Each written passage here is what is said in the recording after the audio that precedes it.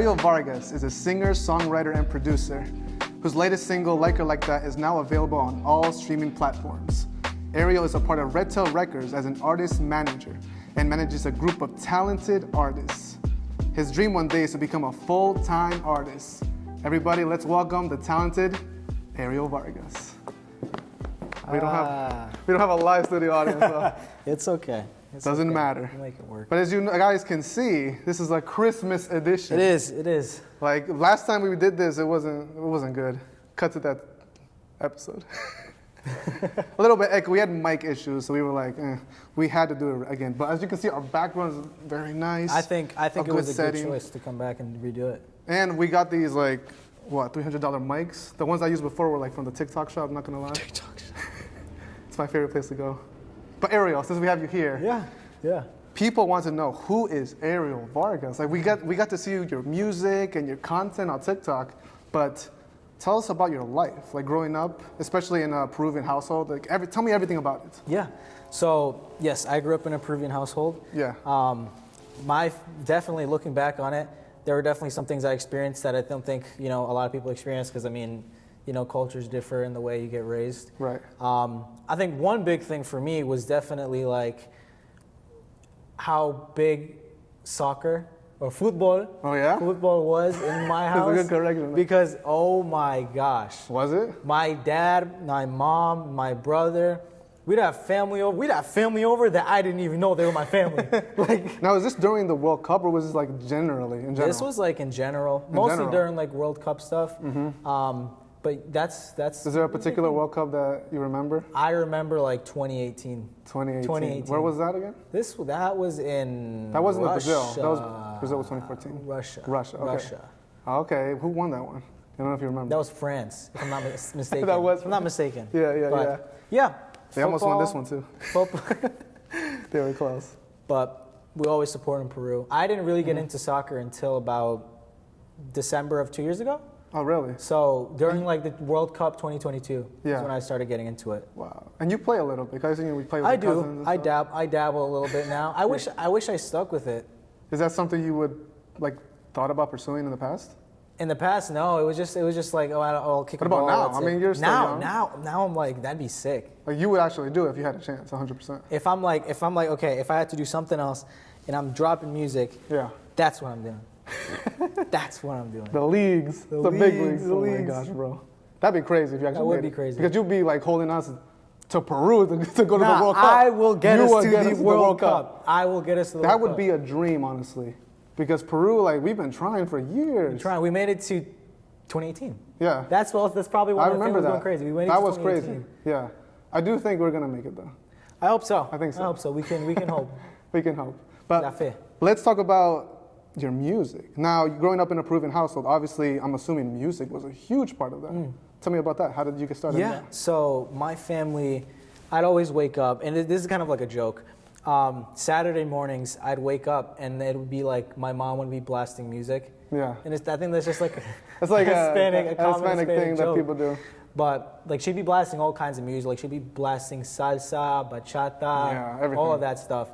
My dad was really big on, those genres, but very big on like 80s music.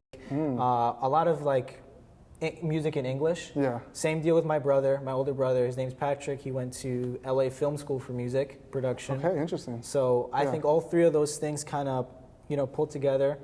Some more stuff in there outside of my house. Yeah. But those three definitely are what kind of piqued my interest in music. Yeah. And like I'd always hear my older brother play guitar, and I'd be playing. I always like paint this picture. I'd be playing outside of his room, like PlayStation 3. I'd be playing like with Batman 2, and he'd just be going ham on the guitar. Really? He'd just be going crazy. Do you remember Guitar Hero?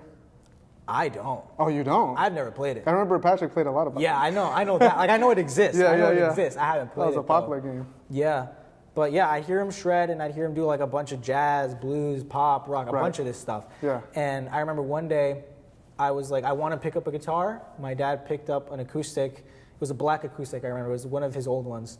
I picked it up. He taught me a few chords, and then after that, I just started picking it up on my own. Wow. What about piano and other instruments? How did you get started in that? Yeah, so that really came, piano, singing, all that came about well, first and foremost, piano came about. Because piano is like your main instrument. Piano You play is that like, everywhere. Piano, singing, those are like my main two, if I had to say. Yeah. Piano came about when I saw Charlie Puth.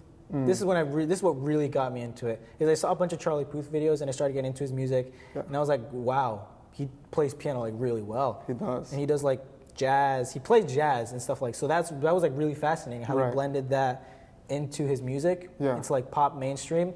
And so I started picking up piano, started learning a few of his songs, and that's how I got into piano. Wow. Singing kind of came about the same way, except I wasn't.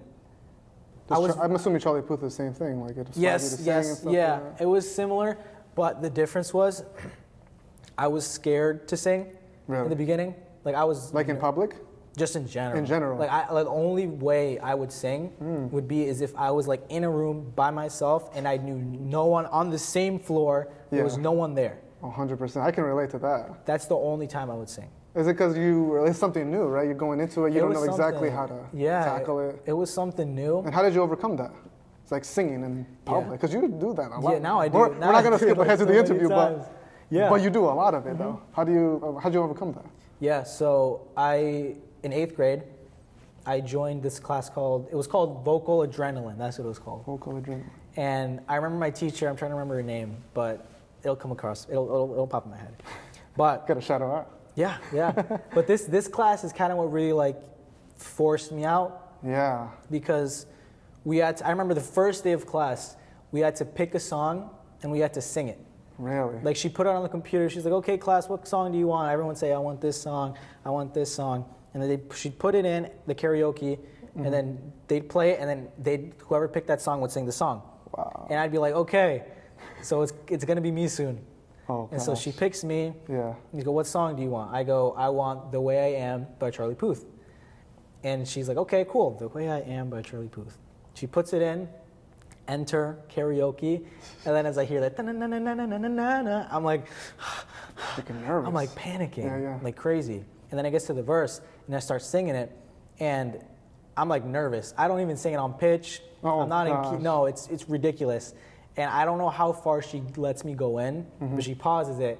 And she did this with everyone. She kind of gave everyone critique. You could do this. For me, it was like. So she paused it halfway while you were singing? I don't remember where, but it was definitely, she paused it. Okay. And she was like, yeah, you need to work on your pitch, get a little pitch. And this is what we do. That entire class is pretty much that. You pick a song, you work on it, different parts of the classroom. You'd come to her, you'd sing it, she'd give you pointers. And eventually that led to a performance. And that performance is what really pushed me out because I was literally singing in front of people. Like, do you remember how maybe? Was this like a school stage? It was more of like background music. Because it was for an event like of students showing off their projects. Okay. But it was music we were providing as, again, background music. Right. But again, it was like my first time singing music. You were nervous. And I was nervous. It wasn't. I know the videos out there. I know the videos. If we could pull that clip up, that'd be fantastic. That'd be crazy. I'm like looking for it. Yeah. Because I want to see it. Yeah. Because I want to see like the difference. It's a big deal. The big deal. Yeah. But that performance is a really like. So that was like the pivotal point for you. That was the pivotal point. Wow.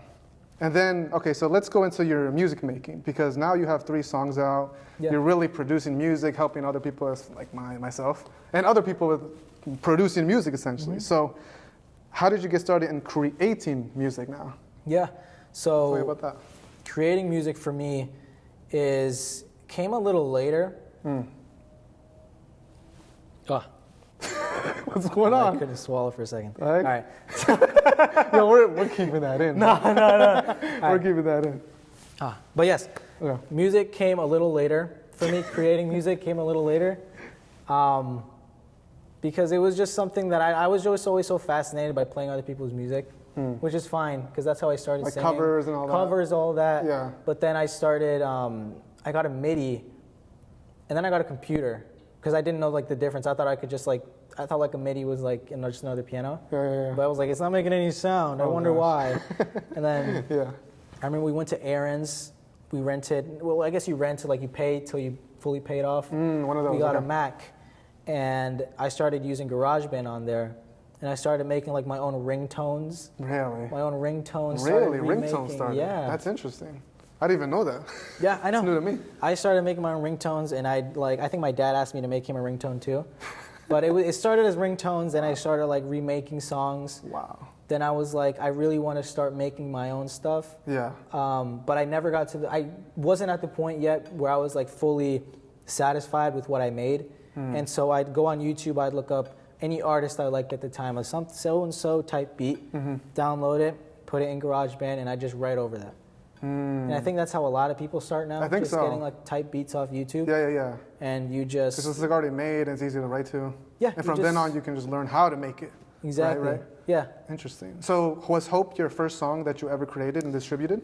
Distributed, yes. Distributed. First song I ever created, no. No, really? I've had other songs, yeah. Okay. I've had other songs that just, I didn't like. Like fully, I'm saying, like a full song. You do have songs that you fully I've had created. songs that are like, I wouldn't say fully recorded. Okay. But I've had songs that I've written. Like 85%, Like 85% done, okay. 90% done. Yeah. That I just never really fully fledged out. Yeah.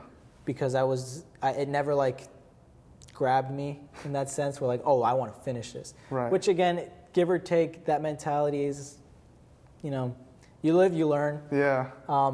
But yeah, I have songs that I didn't fully finish just sitting there that at the time I didn't like. One day you gotta drop those, bro. The people want to hear it. Maybe I sometimes don't even want to hear it. It's that bad like, thing. It's like, oh. All right, let's talk about Like It Like That then. That song, Let's talk about Like It that Like song That. is so good, y'all. You gotta hear it. And we're coming out with a music video. We're like directing. I mean, we got stuff. We have so many people We got part stuff of coming. it. Just like a quick shout out, we have Taylor Clem is a part of it. Danny Calderon, they're amazing people. Definitely check them out. Super glad they're part of the video. Of course, you're filming it, you're directing it. Directing it. It's fun. We storyboarded everything. So this was like a very, very professionally made video. Took like what, 2 months now? We're almost wrapping up now. Yeah. We're in the editing process right now. Yeah, we're actually. wrapping up. We're editing. We're gonna see if we need reshoots. Could we confirm a date with them? I don't know if we can announce that. Maybe. I don't know. You don't think so? Not yet? Maybe not. You're scared if you can't commit to it. Commit to it. No, we gotta push it. We gotta push it. I never did that. Okay. Okay, so then Like It Like That. Yeah. What is it about? I mean, it's such a lyric and like packed song. Like, break it down for me. Like Her Like That. By far is definitely my favorite song that I've written. Ever. And you said one time, this is the best song I'll ever make. I'll never make anything better. You said that one. I was like, so many times I'm just driving around with this guy, and maybe Like Her Like That's playing, maybe it's not, and I'm just like, yo, Like Her Like That. The best song I ever made. I'm not making anything better. Can never make anything better. Then that's peak. But I mean, I of don't course, believe like that. I think of you course. never know. But like, break it down. yeah. Break it down. What is the story of Like It Like That? Like everything. So yeah, Like Her Like That was a song. It started off as a song called Hate My Choices. Hate My Choices. Okay. That I wrote. I came up with the idea at a camp, and the idea of that song was pretty much like I saw this really pretty girl, and I wanted to say something, but I didn't. And so I was like, oh, I hate my choices. I hate the fact that I didn't go up to her and say anything. Right. And so when I got home, I recorded that idea, recorded that little MIDI guitar, and just sang the song, which interestingly enough, it's the melody, that one recording, I was like, blabbed out melody. That melody, 95% of the melody that came out of my mouth in that one take is what's on the song. Really? So Yep. the whole song, one take, melody-wise? Melody-wise, yeah. Not saying lyrics, but we're talking about melody-wise. Melody-wise, it was already like So this was fully during the fleshed out. camp, you said? Yeah, I came up with the idea at camp, and I voice okay. memoed it on my phone. Wow. And when I got home, I let the melody flow, gave a basic instrumental. But after that, it pretty much just sat on my computer for 2-3 months. Interesting. Then, relationship, again, however, breakups happen at the end of the day. Good breakup, bad breakup. It's a breakup at the end of the day. Okay. And so I've had all these emotions, and I was like, I want to express my emotions, and like talk to people about it too, because it's good to talk to people about it and be open. Yeah. But I was like, I definitely want to use this for a song. I don't want to not use it for a song. Right. And so I And it was a therapeutic type of way to like I agree. release everything you were thinking, emotion-wise. Yeah. And so I go to my computer, and I'm like thinking of whether or not I should make a completely new song, revisit an old one, but I pop that one open. I pop Hate My Choices open. And then I'm like, okay, well, I'll mess around with this because it's just been sitting around for a bit. Why not? Well, why not? Yeah. And then I sing to it. I'm like singing through the chorus. I'm like, I hate my choices. And I'm like, no, I'm like, but I can't keep saying I don't like her like that. And I'm like, oh. There you go. And that's it. Yeah. Got the song. Now the song title, Like Her Like That. Can you break that down? What is that about? Yeah. So, Like Her Like That, I mean, I even made a joke about it first when I first came up with the title. Did you? Because I was like Her Like That sounds very like, I like her like that. Like it gives off that vibe. Gives like R&B type of vibe. Yeah, but it's not. But it wasn't, It doesn't right? give off, I don't mean it in like a like her like that vibe. I mean like, Yeah. I mean it in like a I liked her like that kind of vibe. Okay. Like the title, it basically, I wanted to display the fact that I was so infatuated and so into this person, but not say that. You know what I mean? Right. Not literally say, oh, I like this person so much. Like I wanted to do it in a manner that was a little more creative, Yeah. like a little more exciting. So Right. Like Her Like That works. Wow. And now, obviously, like we said, the music video's coming out, yo, so we'll keep you in touch on that. Cool. Now let's talk about Red Tail Records. Let's do it. What is that about? Like, Yeah. So, explain. yeah. At the University of Hartford, there is this club called Red Tail Records. And we're trying to kind of separate ourselves from like the whole record label persona because we're more of an artist management club.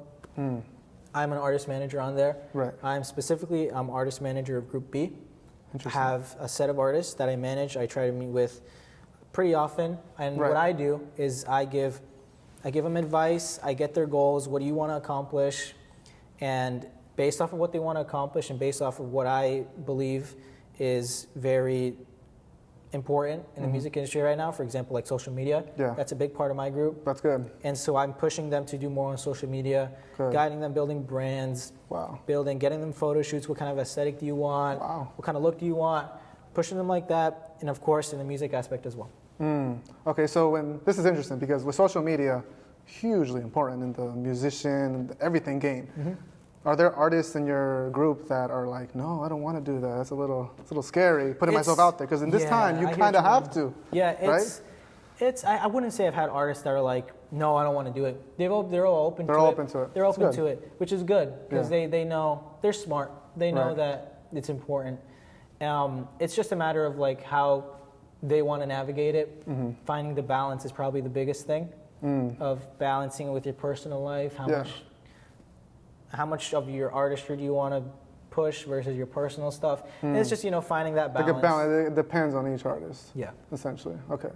And do you guys also, like for example, for performances, do you help with that stuff, like with venues? Yes. Yeah. As though that's a part of it. That's a huge part of it Interesting. too, Okay, because okay. a lot of the things we do are performances. Okay. And so we have artists. But it's not just in campus. It's like outside campus. We're as working well. towards that. Oh, working towards that. Okay. We're getting some venues off campus that want to get some artists in there. That's good. So far, it's just been on campus performances. Yeah. As far as Red Tail goes, we've had some artists go off campus perform. Okay. But yes, we throw a bunch of shows on Yeah. campus. Most recently, we had Red Tail Live, which was it was very. Well, I went to the previous one last year. That was fantastic. These guys are super talented, y'all. Y'all got to agree. check them out. Fun. Do you have any upcoming performances that maybe we can promote?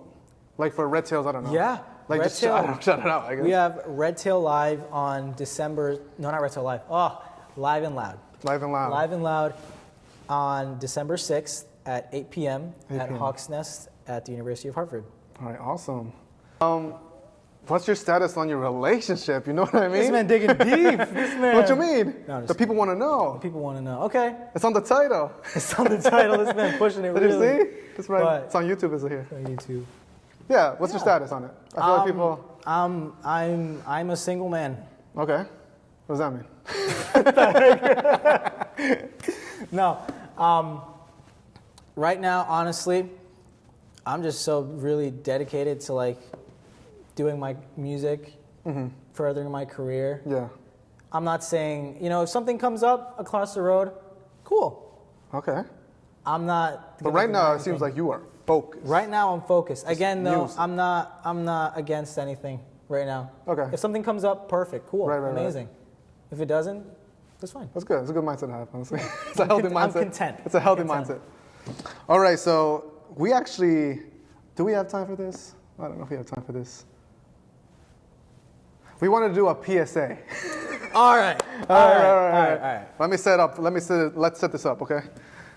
We have a PSA that might change the world. Ariel, It's going to change tell the them world. what I'm talking about. So, everyone has said in previous years that's solid, right? Okay, yeah, You've said it, I've said it, you've said it, everyone said it. Yeah. Now people are saying that's gas. It's gas. It's gas. Gas. There's another person who we know that says it, right? They know who they are. Okay. But we've said gas. Yeah. Now, following the different states of matter, the next one's got to be, say it with me, Solid. liquid. Oh, wait. Hey, I just said solid. All right, the next one got to be Liquid. Liquid. Right, that makes sense. Right, so in the context, what context? Yeah, let's use it in a sentence so people understand, because If people are not going to get this. For example, if you see these flowers, right, and you like these flowers, you like the flowers like that. You like them like that. You're okay, like, nice. These flowers, bro, they're liquid. Liquid, okay. Like, if you see a car you like, your car's liquid. You see my fit, you see my lethal face card, that's liquid. That's liquid. That's liquid. Okay. That's liquid. Liquid. That's liquid. Yo, that's liquid. That's liquid. Yo, that's liquid. Yo, that's liquid. Okay. We got to get this everywhere. So, like, if you guys want to use it in that context like you explained. Perfect. Liquid, okay? So let's get this on college campuses. We need let's get this movies. Like, we want this on all social media platforms. So if you guys can hashtag liquid. Hashtag and that's use liquid. That's liquid. Yeah. All right, we could probably cut here, but wait, actually, you know what I'm scared about? Is the timing right now, bro. Look. We could cut stuff. You think? Okay. That's like 20 minutes. Yo, what? We can talk about your glasses. That's something you do that. Okay. Let's talk about your glasses. Where are your glasses? What happened? Because this is a big deal, y'all. Like, we're gonna put pictures up here. This is Ariel beforehand. Oh my God. And like, what happened? Like, 1 year you're with glasses, the next you're not. What's going on? Like, what's happening? And it also affected your social life, is what I heard. The heck? You heard? Okay. No. Okay. Explain. Break it down. I'll break it down. So, I used to wear glasses. I wore glasses since the 5th grade. I'm now a sophomore in college. I am 19 years old. Nice. So I've had glasses for most of my life. Right. Used to it. I got used to it. Right. And you never thought about it. You were like, I'm fine. Never. Like, no, I really didn't. And one day I had to set up my eye doctor appointment. Okay. Mom was like, why don't you try contacts? I was like, you know what? I'll give them a shot. Yeah. And so I go over there. Of course, I pick new glasses, which they're quite frankly the nerdiest glasses I've ever seen in my life. Granted, I don't look good in these glasses. Maybe you do. Okay. Okay, nothing wrong with that. Okay. Again, after that, I get contacts. Right. And so I tried And now, them when on. was this? Give us a time frame. This was in like August. August of August this year. 2023. 4. Oh. 2024. Okay, this year. Yes. Okay, this year. And super recent. Super recent. Huh. I tried them on, and I was like, I really like these. I like the way I look without glasses. And I've had people tell me, hey, Ariel, you look a lot better without the glasses on. Really? Yes. And I've been like, and this is when you went back to school. This is when I went back to school, back to work. Back to everything. Back to everything. Interesting. So people didn't see you without glasses? No. Beforehand? No. Wow. So this is like the first time I ever went out in public, I guess, without my glasses. And what changed? What happened? Like, talk about last year and now this year. What changed? So last year in college, I isolated myself. I really didn't. And I think this is a good topic because a lot of people do this, especially in freshman year. I could speak on this. Don't do this. And it's not something you can really control, honestly. It's just everything is new. Maybe you can, but like everything is new and like it just there's this fear of talking to people, and I suffered through that like 3 years into my college, honestly. I'd say, and there's like everyone says this. Don't be afraid to put yourself out there. Right. You're 100% right. Get comfortable in uncomfortable situations is what I'd say. You know, in the sense of like, go to that event, go to this club, go to this, try out new things. Right. Again, it's college. don't do anything ridiculously stupid, but, you know, take risks. What advice would you give people who are just getting into, like, say you could give advice to your old self, what would you say? Take the glasses off. I'd say don't take the glasses. No, yeah, really, you would say that? Take the glasses off. Okay. But I'd say, yeah, I'd probably say if you're interested in that club, go to that club. If you want to meet new people, go put yourself in situations to meet new people. And, you know, I think you'd be surprised how much people are open to, you know, getting to know you, getting to be your friend. Because you got to keep in mind, especially like your freshman year, everyone is in the same situation you are. 100%. And like everyone's trying to meet new people. Here's the tip I'm going to give you right now, which is going to be crazy good. It was never the glasses, bro. It was you. It was you. It was the confidence. It was everything. It was never the glasses. That's what I was going to get to. Okay, good. Because that's a good wrap. The glasses for me, there were some times where I'm like, dang, I look good. But then most of the time I'm like, oh, these glasses, bro. Ugh. Again, though, I got used to them. Right. It wasn't like the big deal. But it was you. It was innately your attitude. It was the way you portrayed yourself. It was the way I portrayed myself. But then I took the glasses off, and I'm like, hold up. Wait a second. Nah. New change. Spider-Man. Oh, my jeez. I'm like, big change. I'm like, no, but seriously, I take them off. I'm like, I felt a lot more confident. I'm like, okay, cool. And so I'm like going to more events. I'm doing all, like, meeting new sorts of people. Yeah. And yeah, it was never the glasses. It was just like taking them off just gave me a lot more confidence. 100%. And meeting new people, making new friends, good. That's good. That's good. All right, guys, let's wrap up the show. Ariel Vargas, thank you so much. Thank you. This is my cousin, by the way, if you guys don't know. But thank you so much. I'm not his son. I'm his cousin. But thank you so much for coming. This is the first episode of the Zeferente Show. And we're going to probably make episodes every month or so. I think that's the schedule because it's pretty hard to like book everything and just. But it's good though. It is good. It's good. It's a good set. It's a really good set. Yeah. Merry Christmas, y'all. I hope you guys are having a good Thanksgiving if this comes out before Thanksgiving. But we'll see you guys later and thank you guys. Thank you. Bless God. Bye. Bye.